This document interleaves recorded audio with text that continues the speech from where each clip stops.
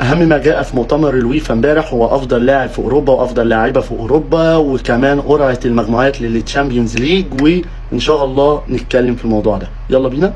اتكلموا امبارح طبعا على افضل لاعب في اوروبا، وطبعا بدون منازع ايرلينج هالاند هو افضل لاعب في اوروبا، علشان طبعا فاز بالتشامبيونز ليج، وغير كده برضو فاز بالبريمير ليج وفاز بالكاس الانجليزي، وكمان كان هداف الدوري الانجليزي وكان مؤثر مع فريقه، فبالتالي هو خد افضل لاعب في اوروبا. كانت المنافسه ما بينه وما بين دي بروين، ولكن هما ادوها لهالاند ليه؟ انه كان مؤثر اكتر يعني.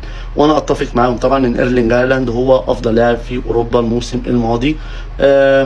وبما ان هما حطوا برضو قرعه المجموعات، فاتكلموا مين اكتر لاعب هداف في تاريخ المجموعات فقط، مش التصفيات او ما بعد المجموعات، لا في مرحله المجموعات. مين الهداف التاريخي؟ تعالوا كده نشوف. رقم 1 الهداف التاريخي هو ليونيل ميسي ب 78 هدف. رقم 2 هو كريستيانو رونالدو ب 73 هدف. رقم 3 هو ليفاندوفسكي ب 61 هدف. رقم 4 طبعا كريم بنزيما ب 56 هدف. طبعا كل ده في مرحله المجموعات بس. راؤول جونزاليس هو المركز الخامس ب 53 هدف، وفان نيستلروي هو المركز السادس ب 50 هدف، وتير هنري هو المركز السابع ب 38 هدف، وزلاتان ابراهيموفيتش اللي ما فازش بالبطوله اصلا زي المركز الثامن ب 38 هدف. ديل بييرو هو المركز التاسع ب 33 هدف. ده برضو اتذكر امبارح برضو، اللي هو التوب سكوررز لمرحله المجموعات بس. تعالوا بقى نشوف بقى مرحله المجموعات ونشوف الفرق مين اللي ممكن تصعد. اول جروب معانا واول مجموعه هي جروب ايه، بايرن ميونخ ومانشستر يونايتد وكوبنهاجن وجالاتا سراي. البايرن واليونايتد هما يعني لهم الافضليه طبعا للصعود، ده توقع، انا مش يعني ده توقع والله اعلم، الكوره فيها كتير يعني، لكن البايرن واليونايتد. جروب بي اشبيليه وارسنال وبي اس في اندوفن ولينز الفرنسي. طبعا يعني اشبيليه وارسنال برضو هم اللي لهم الابر هاند، وان هم ممكن هم اللي يصعدوا، ده توقعي برضو.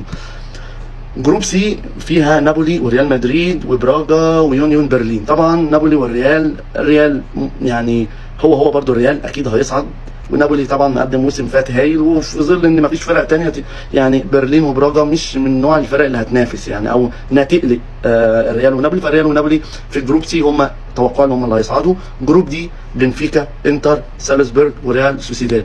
المجموعه دي انا اضمن ان شاء الله، اتوقع ان شاء الله ان انتر هو اللي هيصعد.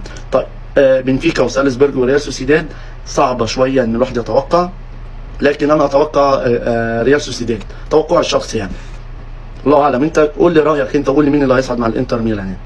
جروب اي فينورد واتلتيكو مدريد ولاتسيو وسيلتيك. انا اتوقع اتلتيكو مدريد ولاتسيو. سيلتيك وفينورد يعني مش سيلتيك مش زي زمان، وفينورد برضو يعني الانديه الهولنديه ما فيش غير اياكس وده كل فين وفين يعني. جروب اف هو باريس ودورتموند وميلان ونيوكاسل. صعبه جدا، بس انا اتوقع فريق باريس يعني بنسبه كبيره. دورتموند وميلان ونيوكاسل يعني انا استبعد ميلان، وممكن نيوكاسل تصعد مع باريس، بس يعني بنسبه اكبر سنه انا اتوقعها لدورتموند. الميلان يعني انا اتوقع باريس ونيوكاسل او باريس ودورتموند، لكن هنشوف. الميلان مستبعده. جروب جي مان سيتي لايبزيج وفريق مش عارف اسمه كارفينا حاجه زي كده ويانج بويز. طبعا المان سيتي ولايبزيج هم اللي هيصعدوا. جروب اتش برشلونه وبورتو وشختار وبرده فريق انتويرب ما اعرفش اسمه ايه برده. شختار وبورتو مش مضمونه شويه، لكن برشلونه طبعا هيصعد، واتوقع انا هقول بورتو، يعني تاريخيا هقول بورتو، بس ممكن شختار تعملها يعني. دي كانت القرعه لمرحله المجموعات، وانا قلت توقعي الصراحه. طبعا افضل لاعب مدرب برضو ذكر امبارح في اوروبا، طبعا على المغمض كده طبعا بيب جوارديولا. الشامبيونز ليج هيتلعب الموسم اللي جاي ان شاء الله في مدينه موناكو الفرنسيه، وطبعا العيون كلها عليها دلوقتي. انا شايف انه كان مؤتمر فير ومجموعات كويسه. اعتقد المجموعات الفرق القويه قوي مش محطوطه مع بعض، يعني ده بيحسسك ويطمنك ان من دور ال 16 الفرق الثقيله قوي، الفرق الكبيره قوي هي اللي هتصعد، فدور ال 16 لحد ودور الثمانيه وقبل النهائي والنهائي غير متوقعين، وده هيدل ان النسخه اللي جايه اعتقد انها تبقى قويه جدا جدا جدا، ودي اول نسخه من سنين كتير من غير كريستيانو رونالدو وليونيل ميسي. مع السلامه.